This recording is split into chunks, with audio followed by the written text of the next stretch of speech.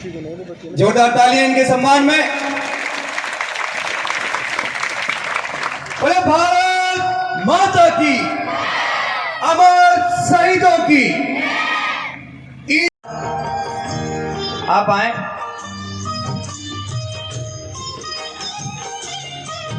एक मिनट।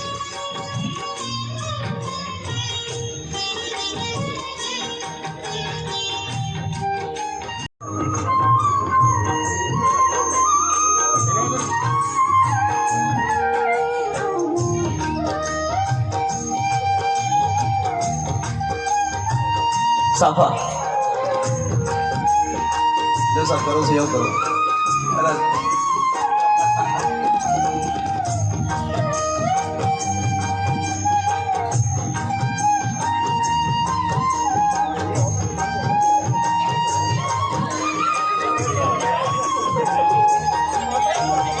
साहब कोशिश तो करनी पड़ेगी आपको, कोशिश तो कीजिए।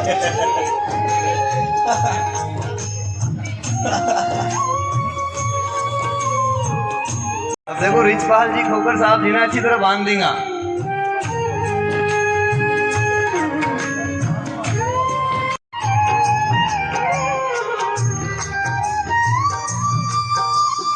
इन किताबों के अंदर है, साहित्य में है, इतिहास की किताबों के अंदर है, जीवनों में आप किसी भी तरीके से 1 घंटा अपनी जिंदगी का जरूर निकालें, किताब पढ़ने में जरूर निकालें। मेरा विष्णु जी से ही आग्रह है, विष्णु जी आप यहाँ पर कोई लाइब्रेरी कायम कीजिए, आप मेरे पास आइए, जितनी हो सकेगी। मैं आपको बातों के बादशाह बहुत मिलेंगे, लेकिन आचरण का आचार्य को देखना है तो जगदीश जी पारिक को देख सकते हैं। ऐसे व्यक्तित्व को पाकर हम सब लोग धन्य, हमारा सौभाग्य है। उनके बगल में रिजवान साहब बैठे हैं, लेखक हैं। बड़ा मुश्किल होता है लिखना। ऐसा कहते हैं कि जब आपकी आत्मा के अंदर दर्द पिघलने लगे तो वो शब्दों के रूप लेकर के और किसी कवि के रूप में, किसी लेखक के रूप में हम प्रार्थना अपने आप बना लेंगे। मैं सिर्फ इतना ही भगवान के कान में बोल करके आता हूँ, और ये भूमिका मेरी रहने वाली है कि मैं यहाँ से कुछ शब्द बोलूंगा, आप उसका जो ठीक ठाक भाव आपको लगता है वो निकाल लीजिएगा। क्योंकि जो लोग मंच पर बैठे हैं, जिनका परिचय हम सब ने इतनी देर से सुना है, हम बैठे हैं, और ये सौभाग्य है या बैठे हुए जो बच्चे हैं उनके लिए बहुत बड़ी मिसाल है जगदीश जी। ये जो खुरदरे चेहरे में बैठे जगदीश जी दिखाई देते हैं, इन्होंने अपने हाथों की 5 उंगलियों को हल बनाकर धरती माँ का सीना चीर कर ऐसे प्रतिमान स्थापित किए कि आज पूरा भारत गर्व करता है कृषि में ऐसे वैज्ञानिक को पाकर के। एक बार जोरदार तालियां इनके लिए बजाइए। आपकी तालियां अभी भी कमजोर है जगदीश जी के लिए, जोरदार तालियां बजाइए। ये जो धरती है ये बहुत महत्वपूर्ण है। एक कहानी मुझे याद आती है, देश के बहुत बड़े क्रांतिकारी हुए राम प्रसाद बिस्मिल, और उनके एक दोस्त थे अशफाक उल्लाह खां। दोनों की बड़ी अच्छी मित्रता थी, बड़ी यारी थी। एक बार जब दोनों को फांसी के फंदे पर झूलने की बारी आई तो रामप्रसाद बिस्मिल देखते कि अशफाक उल्लाह खान की आंखों से आंसू आ गए।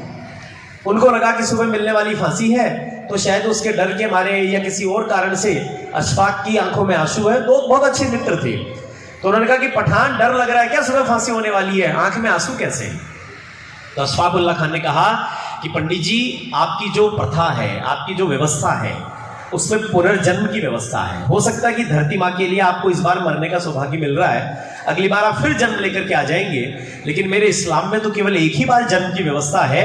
और मेरे आंख में आंसू इसलिए है कि मैं इतनी छोटी उम्र में देश के लिए बहुत कुछ नहीं कर पाया, केवल फांसी के फंदे पर झूल पाया।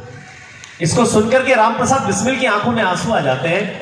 चूंकि बहुत अच्छे कवि थे, बहुत अच्छा लिखते थे, तो रामप्रसाद बिस्मिल ने अपनी माँ के लिए एक कविता लिखी। जो माएँ बैठी हैं, जो बच्चे बैठे हैं, उन्होंने अपनी माँ के लिए कविता लिखी। और आप याद रखिएगा कि 2 लोगों से माओं को बड़ी दिक्कत होती है, एक तो क्रांतिकारी, और कब जब हमारी शेखावाटी की माएँ ऐसी हैं कि जब जब इस मातृभूमि के लिए आवश्यकता होती है, अपनी कोख की नाल तोड़ करके अपने बेटे मातृभूमि को बलिदान कर देते, उनको समर्पित कर देती।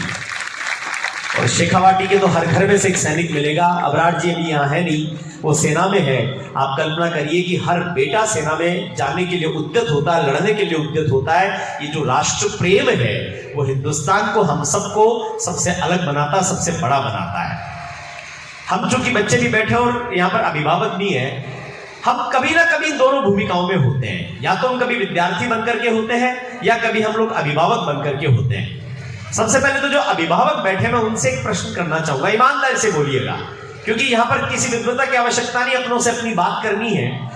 बहुत बार बच्चे हमसे प्रश्न करते हैं, बहुत बार बच्चे हमको टोक देते हैं, बहुत बार बच्चे हमसे कुछ ऐसा कह देते हैं जो हमारे अनुसार हमारे अहम को ठेस पहुंचाने वाला हो जाता है, और हम बच्चों को झिड़क करके चुप करा देते हैं।